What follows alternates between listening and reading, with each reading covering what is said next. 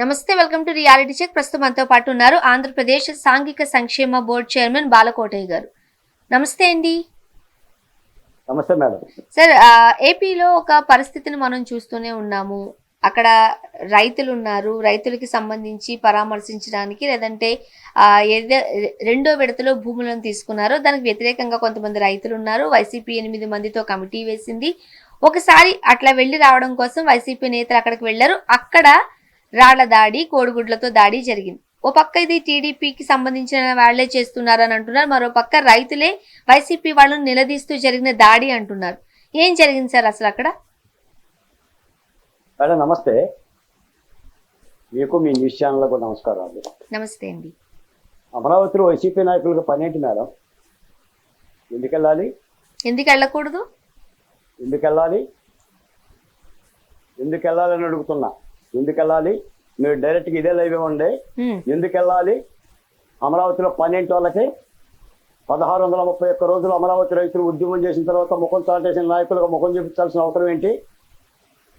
ఏ నష్టం జరిగిందని, ఏ అలజడి చేద్దామని, ఏ కుట్రకోణం చేద్దామని, ఏంటి అలా పని?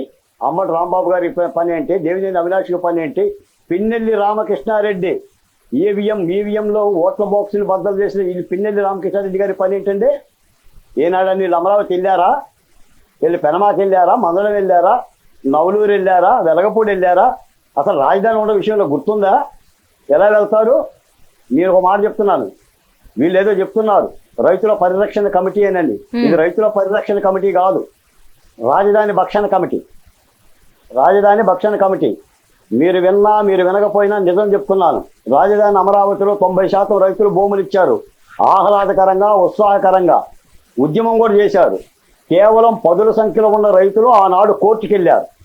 ఆ కోర్టుకు వెళ్ళిన రైతులే జగన్మోహన్ రెడ్డి గారిని కలిశారు. కలిసిన తర్వాత కూడా 2-3 రైతులు భూములు ఇచ్చారు. కలవటాన్ని నేను తప్పేం పట్టం, జగన్మోహన్ రెడ్డి గారి దగ్గరికి వెళ్ళటాన్ని కూడా తప్పు పట్టం.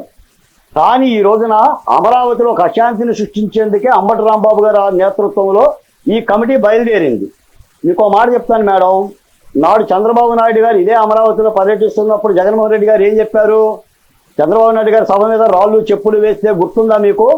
డీజీపీ ద్వారా అక్కడ ప్రజలకు భావ ప్రకటన స్వేచ్ఛ ఉంటుందని చెప్పారు.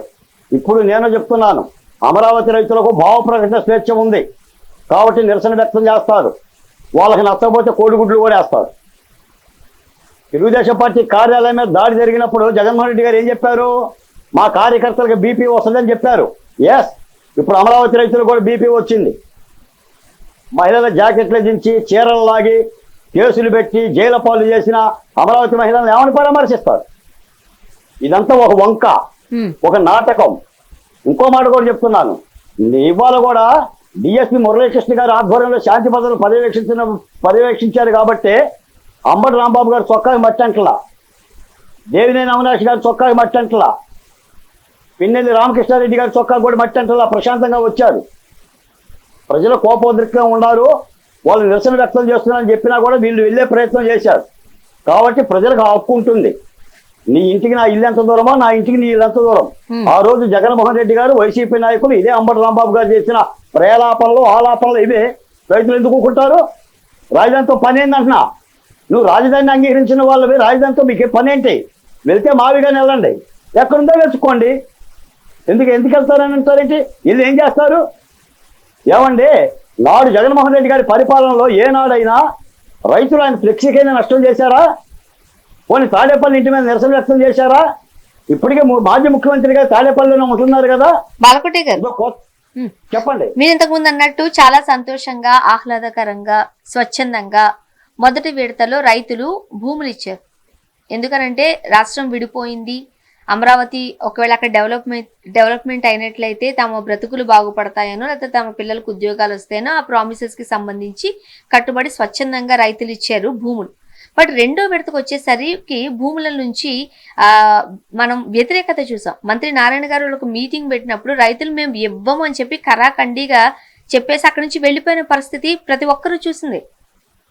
సో రెండో దగ్గరకు వచ్చారు, మొదటి విడత రైతులకే న్యాయం చేయలేనప్పుడు మరి మా పరిస్థితి ఏంటి? ముందు అక్కడ న్యాయం చేయండి, ఏదైతే ప్రామిసెస్ ఇచ్చారో అవి ఫుల్ఫిల్ చేయండి, తర్వాత రెండో విడతకు రండి అని రైతులు ప్రశ్నించలేదా? అడగలేదా? మేడం గారు ఈ ఇంటర్వ్యూ డైరెక్ట్గా లైవ్ కాస్ట్ చేస్తారా మీరు? మీరు చెప్పండి, చేస్తారు. చేస్తారా? మీరు చేస్తారా? మీ పేరేంటి? స్వర్ణ. వర్ణ, మీరు ఎప్పుడైనా రాజధాని గ్రామాలు వచ్చారా? రెండో విడత కూలింగ్ చూసారా మీరు? ఎవరు చెప్పారు రైతులు రెండో విడత కూలింగ్ ఇవ్వడానికి ఇబ్బంది పడుతున్నారని? అందరూ కూడా యాక్సెప్టబుల్గానే ఉన్నారు.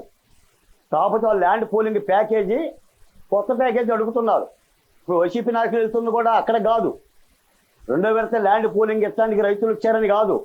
కేవలం ఉండవల్లిలో నాడు కోర్టుకు వెళ్ళిన రైతులే జగన్మోహన్ రెడ్డి గారిని కలిశారు. పోనీ ఈ విషయం తెలుసా మీకు?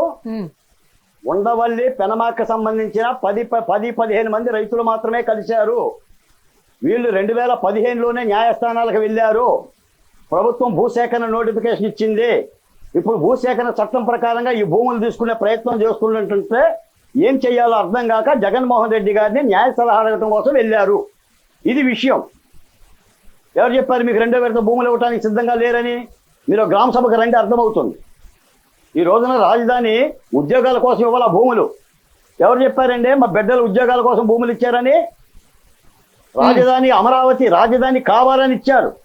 ఈ రాష్ట్రానికి రాజధాని లేదు. ముఖ్యమంత్రి బస్సులో నిద్రపోతున్నాడు. ఒక సచివాలయం లేదు, హైకోర్టు లేదు.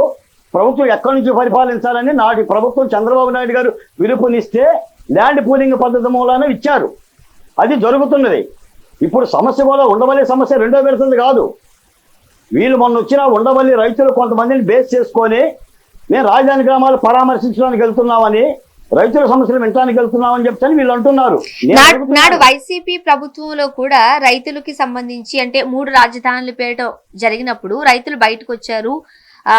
మనం చూసాం, వంట వార్పులు బయట చేశారు, నినాదాలు చేశారు. ఆ టైంలో చంద్రబాబు నాయుడు గారు వాళ్ళు కూడా ఇలా అమరావతి రైతులకు సంబంధించి వచ్చినప్పుడు కూడా ఇదే సీన్ అక్కడ చూసాం. గత ప్రభుత్వంలో మనం చూసాం. అందువల్లే కదా ఈరోజు 11 సీట్లకే పరిమితం చేసి పక్కన కూర్చోబెట్టారు. ఇప్పుడు అదే తప్పిదం చంద్రబాబు నాయుడు గారు ప్రభుత్వం చేయట్లేదా? కూటమి ప్రభుత్వం చేస్తున్నట్టు కాదా? వర్ణ గారు 11 సీట్ల 124 సీట్ల పక్కన పెట్టండి. ఇది ఎన్నికల జయాపజయాల పంచాయతీ కాదు. నేను చెప్తున్నా, 3 నెలల శిబిరంలో ఎవరు కూర్చున్నారంటే రైతులు కూర్చున్నారా? ఒక్క రైతుని చెప్పచ్చండి, ఒక్క రైతు పేరు చెప్పండి. కృష్ణా, విజయవాడ, గుంటూరులో ఉన్న నిరుపేద ఎస్సీ జనాలని ఇళ్ల పట్టాలు ఇస్తామని కూర్చోబెట్టారు. నందిగా సురేష్ ఆధ్వర్యంలో మొక్క చెక్క ఇచ్చేసి పోషించారు. అది కదా జరిగిన 3 రాజధానుల ఉద్యమ శిబిరం. నిజానికి రాష్ట్రంలో 3 రాజధానులు పెట్టేటప్పుడు ఏ రాయలసీమలోనన్న శిబిరం పెట్టారా? ఏ ఉత్తరాంధ్రలో శిబిరం పెట్టారా? రాజధానిలో ఎందుకు పెట్టారు? రాజధానిలో కలసాలు పెట్టాలని. ఎస్సీ ఎస్టీ అట్రాసిటీ కేసు ఎక్కడ పెట్టారు? ఆ రాజధాని శిబిరంలో కూర్చున్న వాళ్ళే పెట్టారు. మా ఎస్టీల మీదే మా ఎస్టీల చేత కేసు పెట్టారు. మీరు పరిశీలించాలి మేడం. రాజధానిలో ఏం జరుగుతుందో నిఖార్సుగా, నిజాయితీగా, మనస్ఫూర్తిగా అధ్యయనం చేయాలి. కేవలం వైసీపీ పార్టీ ఒక ఎజెండా అమలు చేస్తుంది, రాష్ట్రంలో అదురులు పెడదామనని. కృష్ణంకులు ఎవరు చనిపోయారు మేడం? రౌడీ షీటర్ చనిపోయాడా? కాపు నాయకుడు సాయి కృష్ణ చనిపోయాడా? చెప్పండి మీరు. చనిపోయాడా, చంపేశారా? చంపేశారు పోలీసులు. చంపేసి మీరు చెప్పేది ఏమంటే సిట్టే చెప్పింది లాకప్ డెత్ అని. ఒప్పుకున్నారు ఆయన. లాకప్ డెత్ అని సిట్టే చెప్పింది, విచారణ కమిటీ చెప్పింది. కస్టోడియల్ టార్చర్ అని, అతను ఒక రౌడీ షీటర్ అని. వైసీపీ ఏం చెప్పింది? కాపు నాయకుడు అని చెప్పింది. అంగీకరిద్దామా? అయినా సరే ప్రభుత్వం బాధ్యత పడి తినాటు సెక్షన్ కట్టింది, సిఐని అరెస్ట్ చేసింది, కోర్టుకు పెట్టింది, జైలుకు పంపింది. ఎన్ని రోజుల తర్వాత చూసారా? ఎన్ని రోజుల తర్వాత కాదు, గత ప్రభుత్వం ఏనాడు చూసారా మీరు? డాక్టర్ సుధాకర్ మీద జరిగిన దాచీకానికి ఏ పోలీసులు అరెస్ట్ చేశారు? బాలకోటే గారు ప్రాబ్లమ్ ఇప్పుడు అక్కడే వస్తుంది. గత ప్రభుత్వం అలా చేసింది కాబట్టి ఆల్రెడీ ప్రజలు వాళ్ళని ఎక్కడ పెట్టాలో పెట్టేశారు. అక్కడి నుంచి వచ్చి కదా మాట్లాడాలి. మళ్ళీ వెనక్కే వెళ్తామని అంటే రేపు వీళ్ళు వెనక్కి వెళ్ళిపోయే పరిస్థితి లేదంటారా? మీరు వినండి మేడం, మీరే వినాలి. మీరు నాకు తెలియని మనిషి ఏం కాదు. మీ డిబేట్లు మాకు తెలుసు, మీ క్వశ్చన్ నాకు తెలుసు. అందుకని మీరు డైరెక్ట్ లైవ్ ఇవ్వండి చెప్తున్నా. నాడు వైసీపీ పార్టీ ఆధ్వర్యంలో జరిగిన పోలీసు దాష్టీకాలకి ఏమైనా విచారణ కమిటీ వేశారా? మీరు చెప్పండి. ఒక్క కమిటీ డాక్టర్ సుధాకర్ కానీ, డ్రైవర్ సుబ్రహ్మణ్యం కానీ, అబ్దుల్ సలాం కానీ, లేదా అత్యాచారాల మీద కానీ ఈరోజు ప్రభుత్వం వేసింది, నాగరాజును అరెస్ట్ చేయించింది. సంఘటనలు జరుగుతాయి, సంఘటన ప్రభుత్వం బాధ్యత పడ్డది. కానీ ఆ రోజు ప్రభుత్వం బాధ్యత పడలా.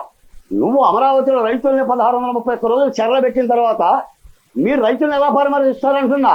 కాబట్టి రైతులు నిరసన వ్యక్తం చేశారు. నిరసన వ్యక్తం చేసుకునే హక్కు వాళ్ళకు ఉంది. ఇది నేను చెప్తుంది. నిరసన వ్యక్తం చేయడంలో లేకపోతే అడ్డుకోవడంలో తప్పు లేదండి. కాకపోతే ఆ నిరసన ఎలా చూపిస్తున్నారు, ఇది కదా ఇక్కడ ప్రశ్న. ఆ దాడిలో ఒక పోలీస్ కానిస్టేబుల్ గాయపడ్డారు, అపస్మారక స్థితిలో ఉన్నారు ఆయన. ఈరోజు అంటే భద్రతగా ఉండాల్సిన పోలీసులు కూడా భయపడాల్సిన పరిస్థితిలోకి నెట్టివేయడం లేదా? మీకు ఒక మాట చెప్తున్నానండి. అంబటి రాంబాబు గారు చొక్కాకి మట్టంటలా వెళ్ళి చూడండి. దేవినేని అవినాష్ గారి చొక్కాకి మట్టంటలా, పెండేటి రామకృష్ణారెడ్డి గారి చొక్కాకి మట్టి. సామాన్యుల గురించి మాట్లాడుతున్నాం సార్ మనం. సామాన్యులు ఇబ్బంది పడుతున్నారు. వాళ్ళ నాయకులు మట్టి అంటలేదండి. వాళ్ళ నాయకులు మట్టి అంటలేదు. మీరేదో కొట్టారంటున్నారు. అంబటి రాంబాబు గారు కొట్టారు, హత్యా ప్రయత్నం చేశారు, లోకేష్ గారు చేశారు, చంద్రబాబు నాయుడు గారు చేశారు మాట్లాడుతున్నారు. మట్టి అంటున్నా. అక్కడ డిఎస్పీ పోలీసులు రక్షణగా ఉన్నారు. అసలు మీకు అమరావతితో ఈ పని ఏంటంటున్నా నేను. అమరావతి గ్రామాలు వెళ్లాల్సిన అవసరం ఏంటంటున్నా. ఏ రైతులు పిలిచారు, ఏ రైతులు పరామర్శిస్తారు? మీరు 3వ విడత 4వ విడత మీరు అంటున్నారు. ఏ రైతులు పరామర్శించాల్సిన పని ఏం లేదు మేడం. వాళ్ళకు ఎజెండా కావాలి, రాష్ట్రంలో అశాంతి కలిగించాలి. ఈ రోజున హోంమంత్రి గారు కూడా ఆ మాట చెప్పారు. నాడు పెట్టిన చర్యలకు ఒక ముఖం కూడా చూపించలేదండి. నాడు వేయలేదే ఈ రైతు రక్షణ కమిటీని. ఇప్పుడే ఎందుకు వేశారు జగన్మోహన్ రెడ్డి గారు? ఇప్పుడు సాంబూలో వచ్చారు తన్నుకు చావండి అని చెప్పేసానని. ఇప్పుడు ఈ దాడి వెనుక ఇది చేసింది రైతులు కాదు, రైతుల ముసుగులో ఉన్న టీడీపీకి సంబంధించిన వ్యక్తులు అనే ఒక ఆరోపణ వస్తోంది. మీరేమంటారు? అమరావతి రైతులు దాడి చేశారంటారా? స్వర్ణ గారు చేస్తారని చెప్తున్నా. రైతులు చేస్తారు, తెలుగుదేశం కార్యకర్తలు చేస్తారు. వాళ్ళు చెప్పారు కదా మా కార్యకర్తలకు బీపీ వస్తుందని. తెలుగుదేశం పార్టీ కార్యాలయం ధ్వంసం అయినప్పుడు ఇప్పుడు నేను చెప్తున్నా, తెలుగుదేశం కార్యకర్తలకు బీపీ వచ్చింది, రైతులు కూడా బీపీ వచ్చింది, వస్తుంది. మీకే కాదు బీపీ. ఎందుకు కోరుకుంటానంటున్నాను చెరబడ్డాక. ఆ బీపీని ప్రజలు చూశారు కాబట్టి ఏం చేయాలో అది చేశారు. మళ్ళీ అదే పరిస్థితి మీరు తెచ్చుకుందాం అనుకుంటున్నారా? చేశారా చెందారా కాదు మేడం. నీ ఇంటికి నా ఇల్లు ఎంత దూరమో నా ఇంటికి నీ ఇల్లు ఎంత. అందుకోసమే కదా ఎక్కడ పెట్టాలో అక్కడ పెట్టారు.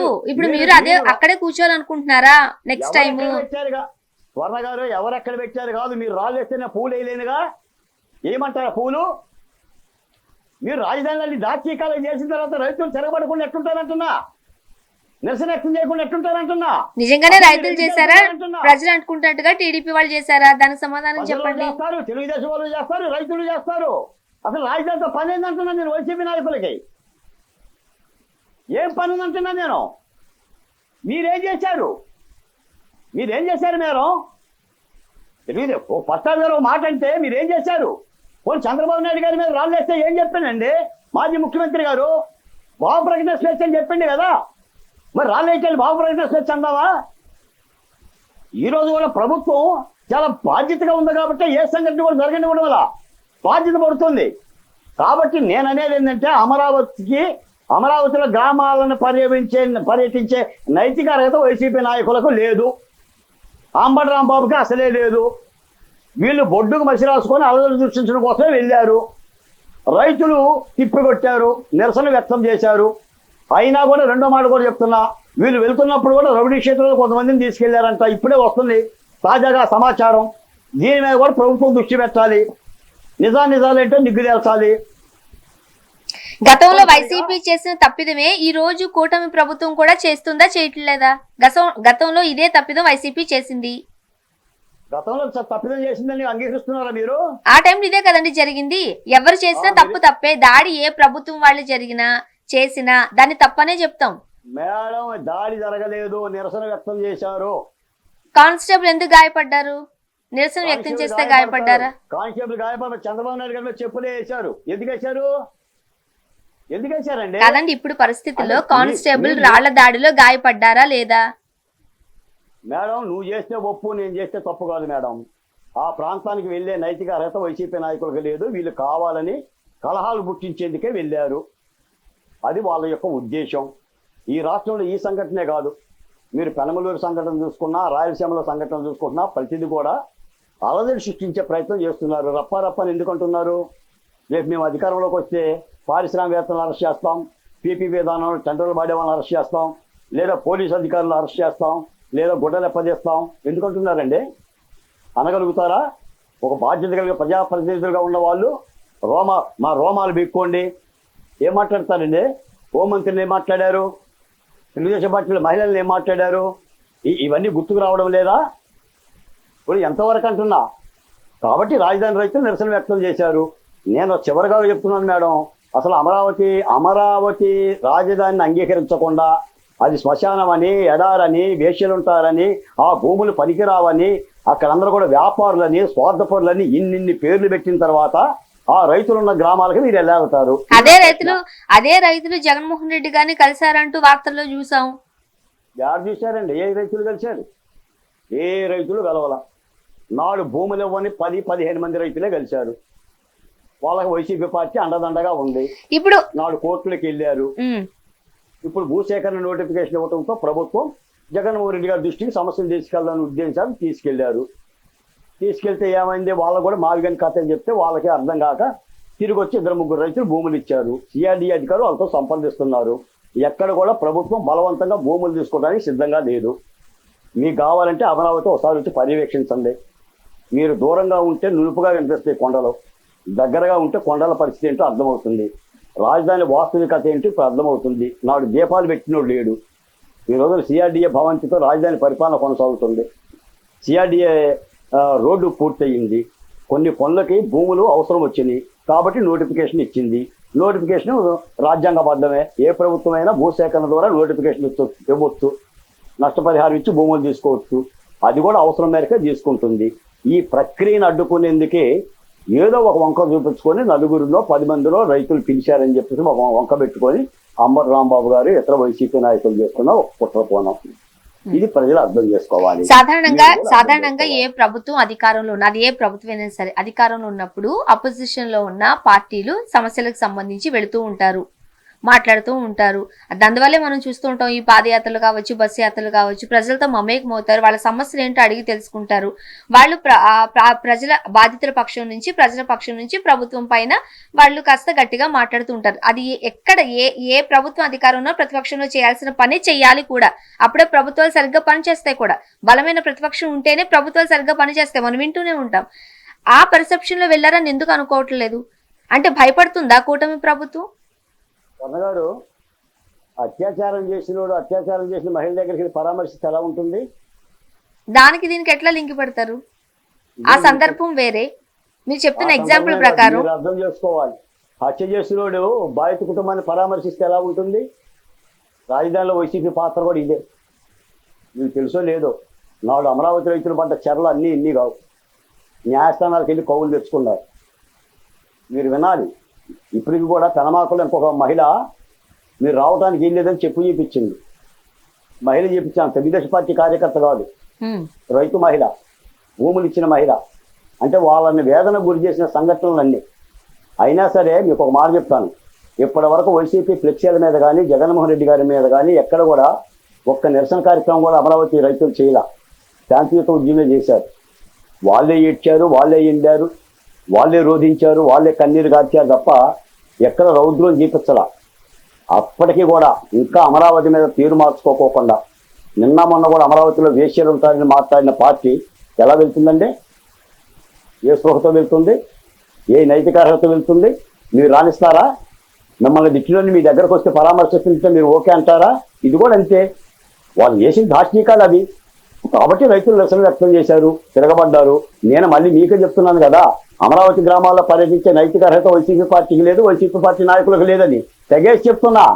ఇవాళ కాదు, రేపు వెళ్ళినా కూడా, ఎల్లుండి వెళ్ళినా కూడా, ఎప్పుడు వెళ్ళినా కూడా వాళ్ళు జరిగే శృంగభంగం అదేనండి.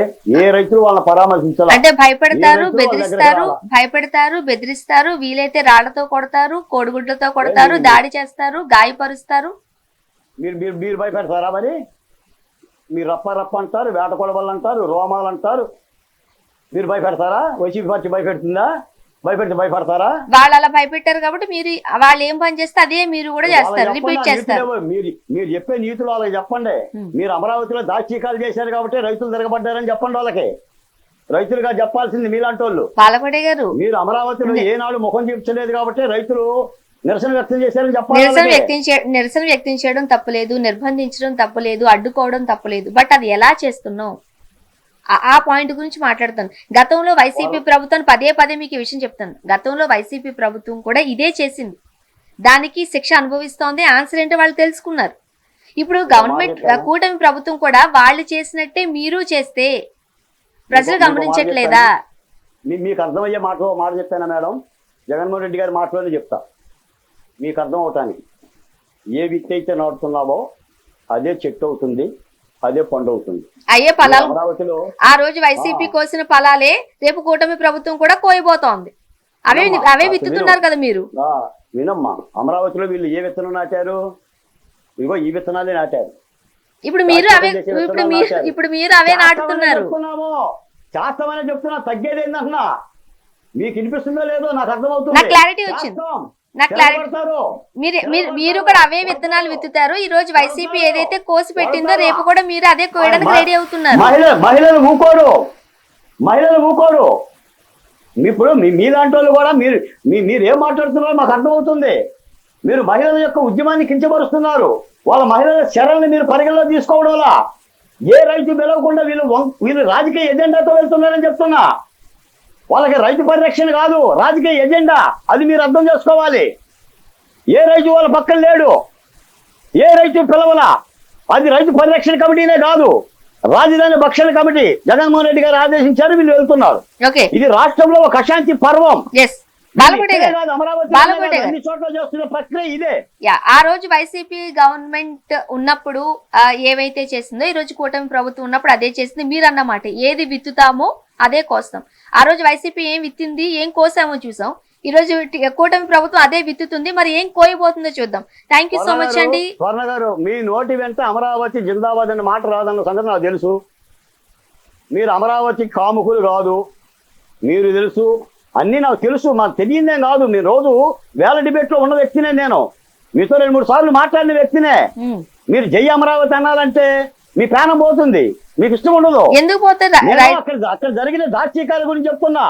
రైతుల మీద వీళ్ళు దాష్టీకాలు చేశారు కాబట్టి రైతులు తిరగబడ్డారని. బాలకోటి గారు మళ్ళీ చెప్తున్నాను, ఒకసారి చూడండి. బాలకోటి గారు ఇంతకు ముందు చెప్పాను, ఇదే రిపీట్ ఇంతకు ముందే మళ్ళీ చెప్పాను, మళ్ళీ చెప్తున్నా. రైతులు నిజంగా ఇబ్బంది పడుతున్నప్పుడు అడ్డుకోవడంలో గాని నిర్బంధించడంలో గాని నన్ను కంప్లీట్ చేయనివ్వండి. ఇబ్బంది పడుతున్నా, మీరు ఇబ్బంది పడుతున్నారు. పోనీ వైసీపీ రాకను రైతులు ఇబ్బంది పడుతున్నారు, రావడానికి ఇష్టపడట్లేదు. ఆ ఇష్టాన్ని తెలియచేయడంలో కానీ నిర్బంధించడంలో కానీ మీరు రావద్దు అని చెప్పడంలో కానీ అడ్డుకోవడంలో కానీ ఎలాంటి తప్పు లేదు. దాని ముసుగులో రాళ్ల దాడి, కోడిగుడ్ల దాడి చేసి అక్కడున్న సామాన్య ప్రజలను ఇబ్బందులకు గురి చేయడం, అక్కడున్న పోలీస్ కానిస్టేబుల్ ఇబ్బందులకు గురి చేయడం, అతను అపస్మారక స్థితిలో ఉన్నాడంటూ ఇప్పుడు వార్తలు వస్తున్నాయి. ఈ పనులు తప్పు. గత ప్రభుత్వంలో వైసీపీ కూడా ఇదే చేసింది, ఈ రోజు కూటమి ప్రభుత్వం కూడా అదే చేయబోతుంది అనేది నేను చెప్తున్నాను. గత ప్రభుత్వంలో ప్రాణాలే తీశారు, రైతులు నిరసన మాత్రమే వ్యక్తం చేశారు, ప్రాణాలు తీశారు. వాటన్నిటికీ లెక్కలు కట్టుకోమని చెప్పండి. నేను అనేది ఏంటంటే అమరావతిని మీరు యాక్సెప్ట్ చేయకుండా మీరు అలా వెళితే రైతుల నుంచి ఈ విధమైన నిరసన వస్తుంది. అమరావతిలో స్పష్టం తెలుసుకోండి. ఆ రోజు వైసీపీ ప్రభుత్వం ఏం చేసిందో ప్రజలు గమనించారు. వాళ్ళకంటూ ఒక ఛాన్స్ వచ్చినప్పుడు వాళ్ళు ఏం చేయాలో అది చేసి ఎక్కడ కూర్చోబెట్టాలో అక్కడ కూర్చోబెట్టారు. ఈ రోజు కూటమి ప్రభుత్వంలో ఏం జరుగుతుందో కూడా అదే ప్రజలు గమనిస్తున్నారు. మళ్ళీ వాళ్ళకి ఒక ఛాన్స్ వస్తుంది, వాళ్ళు ఏం చేయాలనుకుంటే అది చేస్తారు. వాళ్ళు ఏం విత్తారో అదే కోయడానికి రెడీగా అవుతారు. అది నేను చెప్తుంది. చూద్దాం ఏం జరగబోతుందో. Thank you so much. చూద్దాం. Thank you so much Balakoti గారు, మీ అభిప్రాయాలు పంచుకున్నారు. థ్యాంక్ యూ వెరీ మచ్ అండి. Thank you. ఇది వాళ్ళ రియాలిటీ చెక్. స్టేట్.